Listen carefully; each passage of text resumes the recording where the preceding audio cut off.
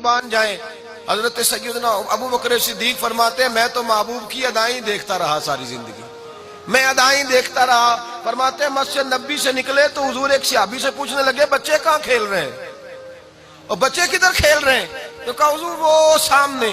کہتے نبی پاک نے کھجوریں ڈال لی جیب میں اور رسول پاک تشریف لے گئے اور وہاں جا کے حضور بیٹھ گئے۔ فرمایا دوڑ کے آؤ میرے سینے سے لگو، جو پہلے سینے سے لگے گا میں زیادہ کھجوریں دوں گا۔ دوڑ کے آؤ، بچہ دوڑا آیا، نہ جانے وہ حبشی کا ہے نہ جانے وہ کس کا ہے، پتہ نہیں، کہتے ہیں مٹی سے بھرے ہوئے بچے دوڑے آئے، حضور کے سینے سے لگے، نبی پاک گر گئے اور پھر حضور مسکرا کے فرماتے میں نے سینے سے لگنے کا کہا تھا تو نے تو مجھے گرا ہی دیا ہے سینے۔ حضرت انس بن مالک رضی اللہ تعالیٰ عنہ فرماتے ہیں میرے بھائی نے چھوٹی سی چڑیا رکھی ہوئی تھی۔ حضرت انس کہتے ہیں میرے بھائی نے چھوٹی سی چڑیا رکھی تھی، بھائی میرا بڑا پیارا تھا، وہ چڑیا اس کی مر گئی۔ نبی پاک آتے اور آ کے اس سے اکثر پوچھتے ہو تیری چڑیا کا کیا بنا؟ کہتے ہیں وہ معصوم سا چہرہ اپنا چہرہ پھلا کے بیٹھ جاتے، کہتے حضور کیا بتاؤں وہ تو مر گئی ہے۔ کہتے حضور پھر آتے 4-5 دن کے بعد اور کہتے وہ تیری چڑیا کا کیا بنا ہے؟ کہتے وہ پھر چہرہ پھلا کے بڑے غور سے دیکھتے۔ حضرت انس بن مالک فرماتے میں حضور میرے بھائی کی ادائیں دیکھتے رہتے، میں محمد مصطفیٰ کی ادائیں دیکھتا رہتا، میں رسول اللہ کی ادائیں دیکھتا رہتا۔ بچوں کے ساتھ دلچسپی، بچوں کے ساتھ پیار، لوگ حضور کے پاس بچے لے کے آتے، میں حدیث سیاستہ سے دکھاؤں گا کہ بچہ نبی پاک کے پاس لے کے آئے، غلام کا بچہ حضور نے گود میں اٹھایا تو بچے نے نبی پاک پر پیشاب کر دیا۔ بچے نے ابا جی کے کپڑوں میں پیشاب کر دے تو ابا جی تھپڑ مار دیتے ہیں، بلکہ اماں کو کہتے او ہو کیا ہو گیا، باہر بھی جانا دفتر بھی بیٹھنا تھا کیا بنے گا، بچے نے پیشاب کیا تو صحابہ کہتے ہیں حضور مسکرانے لگے اور مسکرا کے تو اس بچے کا منہ چوم لیا مصطفیٰ کریم نے اور اس کے گھر والوں سے کہا تم اس کے کپڑے دو میں اپنے کپڑے بدل لیتا ہوں۔ بس میرے رسول پاک کا بچوں سے پیار محبت اور یکساں محبت، یکساں۔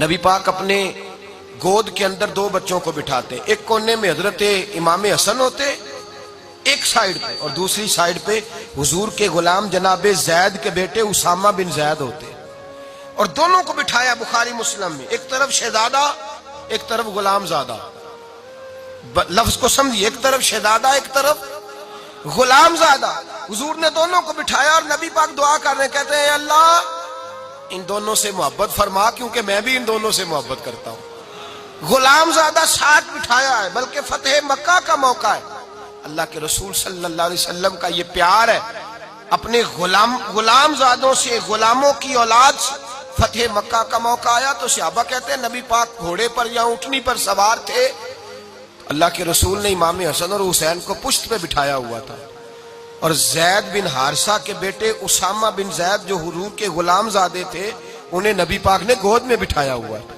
ان کو آگے بٹھایا ہوا تھا۔ نبی پاک نے محبت یکساں فرمائی، تعلیم یکساں دی، حقوق یکساں بیان کیے، نبی پاک صلی اللہ علیہ وسلم نے پیار یکساں کیا۔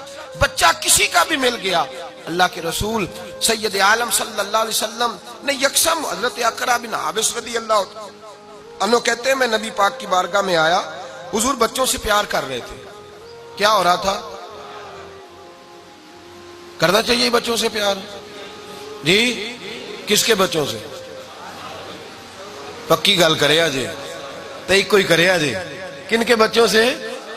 چلو جنہیں بول دے انہیں دے کرو گئی نا انشاءاللہ تعالی۔ کس سے پیار کرنا ہے؟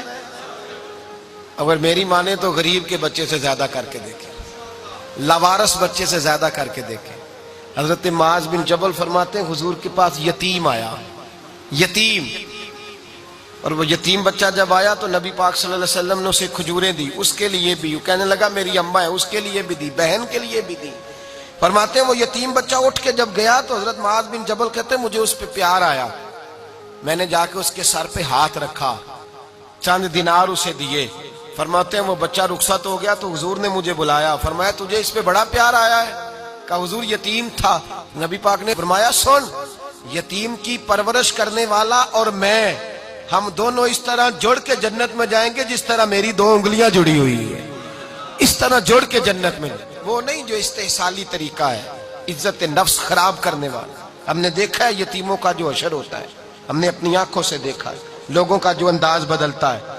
وہ جو بڑی بڑی سوسائٹیاں بنا کے اور بڑی بڑی NGOs بنا کے یتیموں کا خیال رکھتے ہیں، وہ بھی رسوا کرتے ہیں.